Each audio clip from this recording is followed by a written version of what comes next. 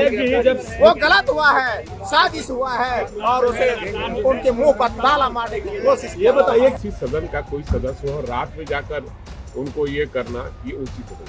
नीतीश कुमार हाय हाय, बलात्कारी सरकार हाय हाय। पप्पू यादव का जो गिरफ्तारी हुआ है एक सांसद थे, सांसद को एक तरीके से गिरफ्तार, ठीक है केस मुकदमा कानून का मामला है, लेकिन देर रात में जाकर गिरफ्तार करना ये कहाँ का कानून है। देखिए सामने में क्या है, वो बताइए ना। नमस्कार, द इंडिया टॉप देख रहे हैं। मैं हूं आपके साथ बिरजू सिंह। नीट छात्रा मामले में लगातार सवाल पूछने वाले पप्पू यादव को 31 साल पुराने मामलों में पटना पुलिस ने गिरफ्तार तो कर लिया, लेकिन जो सवाल उठ रहे हैं उन सवालों का जवाब न तो पटना पुलिस के पास है और ना ही सरकार दे पा रही है। नीट छात्रा हत्याकांड मामले में पप्पू यादव लगातार सरकार और प्रशासन को कटघरे में खड़ा कर रहे थे। पप्पू यादव का सवाल कहीं न कहीं सरकार और प्रशासन को असहज कर दिया था। कई बड़े गंभीर सवाल उठ रहे थे। उन सवालों का जवाब देने की बजाय पुलिस ने उन्हें 31 साल पुराने मामले में, हालांकि कोर्ट का ऑर्डर है, कोर्ट के ऑर्डर पर उनकी गिरफ्तारी जो है वो हो गई। सत्ता पक्ष के लोग भी ये कह रहे हैं कि नीट छात्रा मामले में पप्पू यादव सवाल पूछ रहे थे और इसीलिए शायद उनकी गिरफ्तारी जो है वो पुलिस ने की है। अब देखिए, पप्पू यादव के साथ तमाम विपक्ष की पार्टियां एक साथ मजबूती के साथ खड़ी नजर आ रही है। तमाम विपक्ष की पार्टी यह कह रही है कि पप्पू यादव के साथ जो कुछ भी हुआ है वो कहीं से सही नहीं है। एक सिटिंग एमपी के साथ जो पुलिस ने दुर्व्यवहार किया है वो लोकतंत्र में ठीक मैसेज नहीं है। सबसे पहले दो बयान, आरजेडी के दो विधायकों का बयान हम आपको सुनवाते हैं। भाई वीरेंद्र हैं आरजेडी के वरिष्ठ नेता विधायक, और एक गौतम कृष्ण है महिषी से विधायक। क्या कह रहे हैं पप्पू यादव को लेकर जो सवाल पूछा गया, उनका जवाब पहले आप सुनिए। विधायक जी जब वो गलत हुआ है, साजिश हुआ है और उसे उनके मुंह पर ताला मारने की कोशिश की। ये बताइए कि जब मुख्यमंत्री नीतीश कुमार पहुंचे तो आप लोग चुप क्यों हो गए? चुप नहीं, हम लोग कह रहे थे नीतीश कुमार हाय हाय, बलात्कारी सरकार हाय हाय। ये डरने का नाम है क्या? आप देखिए इसको पढ़ लीजिए, पढ़िए क्या है। अरे देखिए ना, आप इसको देखिए क्या लिखा है, क्या बात करते हैं। देखिए ना सामने में क्या है, पढ़ के एक बार बताइए ना आप क्या बात है। विधायक जी तेज प्रताप जयचंद के नाम का खुलासा किए हैं। क्या वो पारिवारिक मामला है? नहीं, नाम ले रहे हैं, नाम ले रहे हैं, वो नाम ले रहे हैं। चलिए, राज है यार।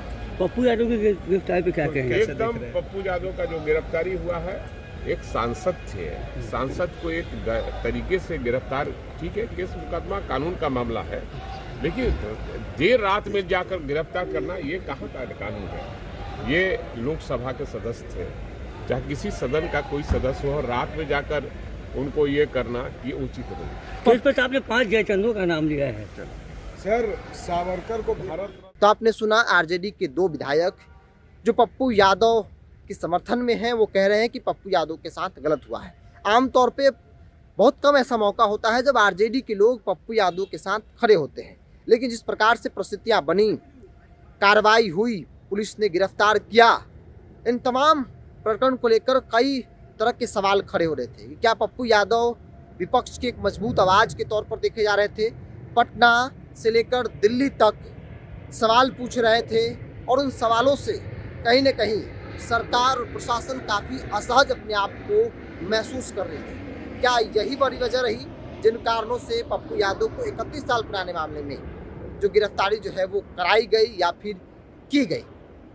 विपक्ष की तमाम पार्टियां, आपने देखा राहुल गांधी का भी ट्वीट, प्रियंका गांधी ने भी पोस्ट किया, उन्होंने इस पूरे प्रकरण को लेकर बिहार सरकार को कटघरे में जो है वो खड़ा किया है।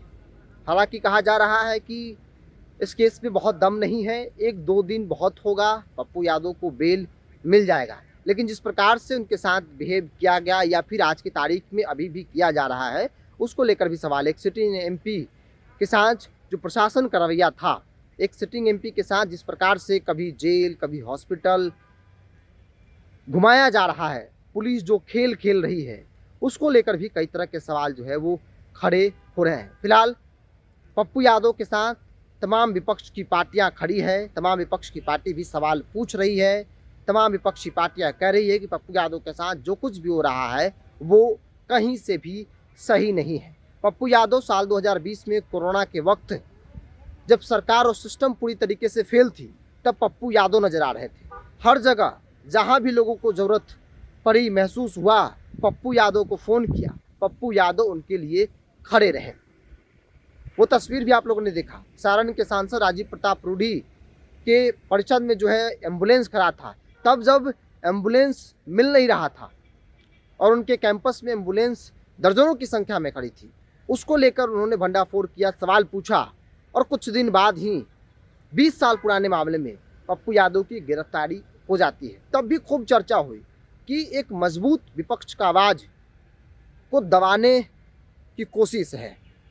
हालांकि उसके बाद पप्पू यादव जब निकले, फिर वही उनका रुतबा रहा, लोगों के बीच काम करना, एक अलग उनकी इमेज है बाहुबल को लेकर, लेकिन एक मसीहा के तौर पर भी वो देखे जाते हैं। लोगों की सेवा के लिए बिहार के अलग अलग जिलों में घूमकर लोगों की मदद करना, शादी ब्याह में जाए न जाए, लेकिन लोगों के दुख में वो ज़रूर साथी बनते हैं। और यही बड़ी वजह है कि लोगों को लग रहा है कि पप्पू यादव जैसे विपक्ष की मजबूत आवाज़ को सरकार दबा रही है।